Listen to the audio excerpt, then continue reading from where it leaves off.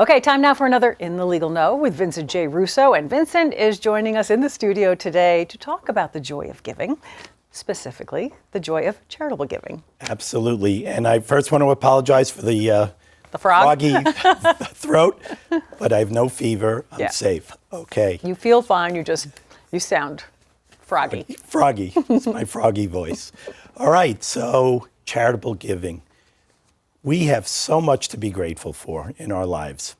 And based on our Catholic values, the greatest gift is the gift of giving, giving of one's time, love, and resources. We can feel great joy when we help another human being. It's interesting. I'm a part of a networking group that its mantra is, it's better to give than to receive. Mm-hmm. So we are in this season of giving. We had Thanksgiving, we got Christmas coming up, and we really can make a difference in the lives of our family, friends, and community by following the words of Jesus Christ. Love one another as you would want to be loved. Exactly.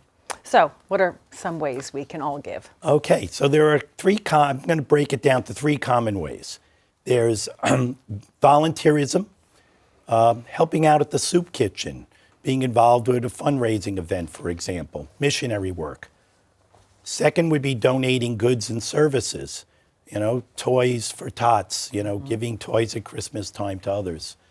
And then donating money, and that's the big one. Mm-hmm. Donating money really can make a huge difference for these organizations. Yeah, and there are tax advantages and benefits to giving. Yes, there are. So if you make a gift to a 501c3 organization. That's a charitable organization that the government has said that they qualify that as an tax-exempt organization. So a gift to them will qualify for you to be able to take a deduction. So you can give to the church, your parish. Some of the parishes now are creating endowments, and that will really support the local parish. Catholic charities. And then why not Catholic Faith Network, right? These are all charitable organizations that would allow one to be able to help. And there are religious organizations, scientific organizations, health organizations, local communities, grassroots organizations. There's lots of ways. You have a passion for any helping out, then pick one of these 501c3 organizations. And you will always see that on their websites, that they are a 501c. Yes, that's right. Yes. That's right. So check that out just to make sure. Now that there are some rules that always apply when we deal with the IRS. Of course there are. You're always here with the rules right? for us. So not everyone could take a tax deduction for a charitable gift. So if you take the standard deduction on your income tax return, which means you don't itemize your deductions, then unfortunately this year you don't get a charitable deduction. If you itemize, then you get a charitable deduction. And you itemize on Schedule A of the 1040 tax return.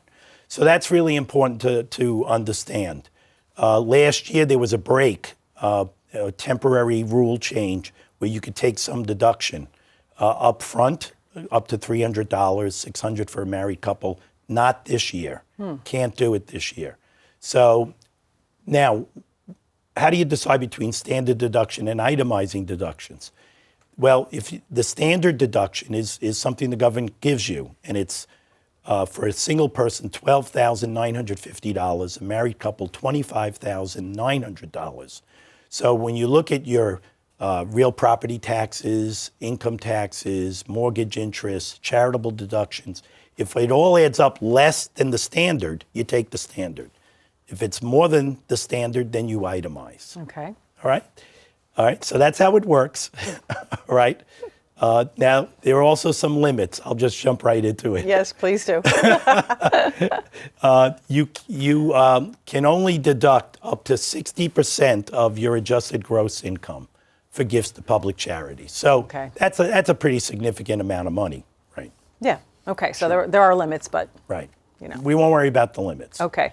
But, okay, there are limits. But in light of, these tax advantages of charitable giving, there are some options for people who want to give a lot. Right. Now, if you want to give more significant money, there are several ways. We can look at a slide here. So donor advisory funds, these we have spoken about in the past, and now they've really taken on where you can give money into a fund and then decide on the charities later. And the money in that fund can grow tax-free as long as it ultimately goes out to the charity. Private foundations, there are so many grassroots private foundations you can support, or you could start one, or with a group of individuals if you feel passionate about making a change, a positive change in this world.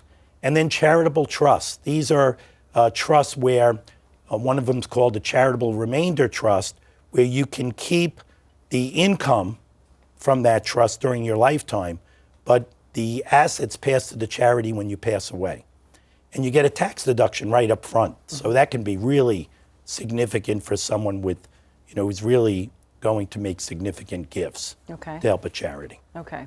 So, and the importance right now we're talking about this is doing this by the end of the year? All right. Yes, by December 31st. Now there's one strategy. Do I have time? Mm-hmm. We have 1 minute. All right. You could do it. I'll do it. All right. Let's pull it up. But we have one strategy here that's great. IRAs. This is the strategy right here on the chart. So if you have an IRA and you're over 70 and a half, you can take your IRA money and direct it to a charity, get a charitable deduction, and meet your required minimum distribution, the RMD that we spoke about last time. Yes. All right. So it's easy to do. And that's that lifetime giving of IRAs, that bottom piece. Or you can leave an IRA upon your demise. You name them as a beneficiary. It bypasses any income tax. It reduces the estate tax.